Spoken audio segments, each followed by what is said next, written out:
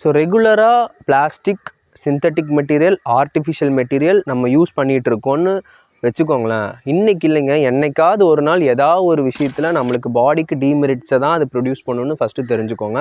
Nature is the best doctor, always depend on நேச்சர்னு தெரிஞ்சுக்கோங்க.